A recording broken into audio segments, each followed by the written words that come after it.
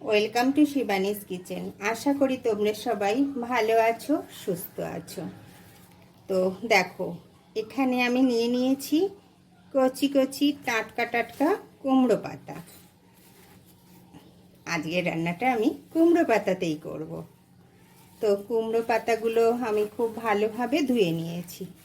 এবার যেটা করব সেটা হলো একটা বাটি নিয়ে নিলাম, আর এর মধ্যে নিয়ে নেব হাফ চামচের মতো নুন, দেখো, আর নিয়ে নেব গরম জল। এবার যে কুমড়ো পাতাগুলো আমি নিয়েছিলাম সেইগুলো একটু এই গরম জলের মধ্যে চুবিয়ে নেব। তাতে কি হবে, কুমড়ো পাতাগুলো একটু সফট হবে। তো কুমড়ো পাতাগুলো একটু নুন জলে ভেজানো থাক। কি রান্না করব সেটাই তো ভাবছো। এই দেখো, এগুলো হলো মোরলা মাছ। ভুবনেশ্বরে বেশ বড় বড় সাইজেরই মোরলা মাছ পাওয়া যায়। তো মোরলা মাছ নিয়েছি এখানে, আর এখানে একটা বড় সাইজের পেঁয়াজ এভাবে ঝিরি ঝিরি করে কেটে নিয়েছি, আর দুটো পাকা টমেটো নিয়েছি, কাঁচা লঙ্কা চিড়ে নিয়েছি।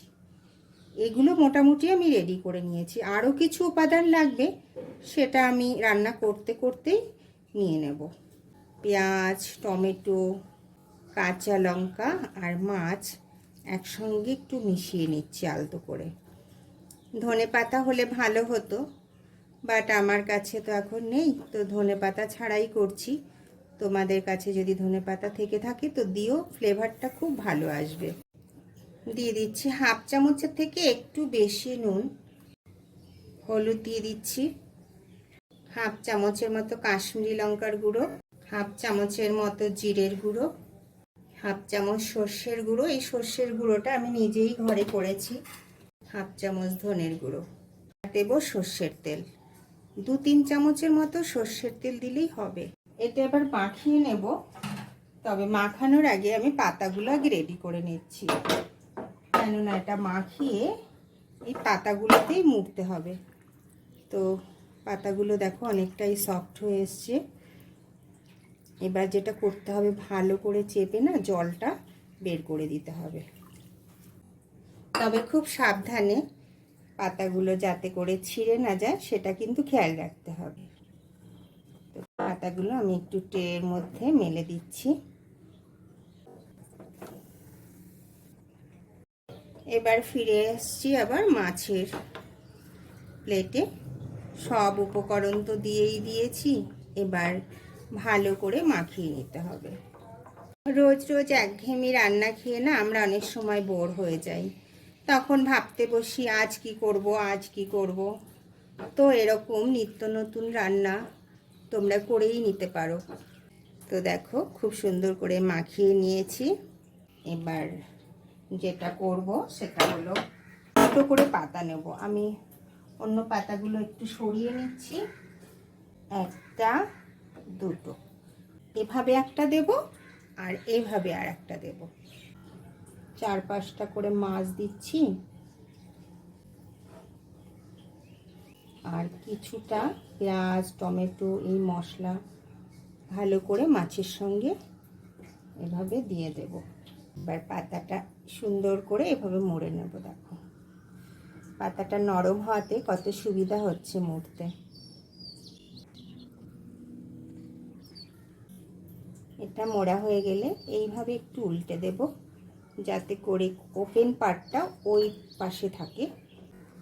দেখো, এভাবে আমি সব মাছগুলো রেডি করে নিচ্ছি। তো এখানে আমি একটা তাওয়া নিয়ে নিয়েছি, তাওয়ার মধ্যে সামান্য একটু সর্ষের তেল দিয়ে দিলাম। গ্যাসের ফ্লেমটা বাড়িয়ে দিচ্ছি।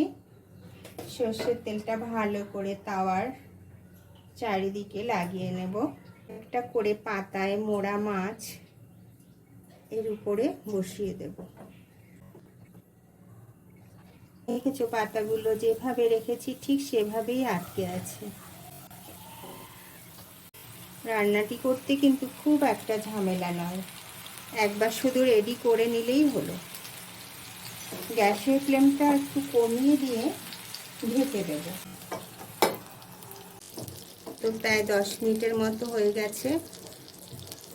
এবার উল্টে দেব।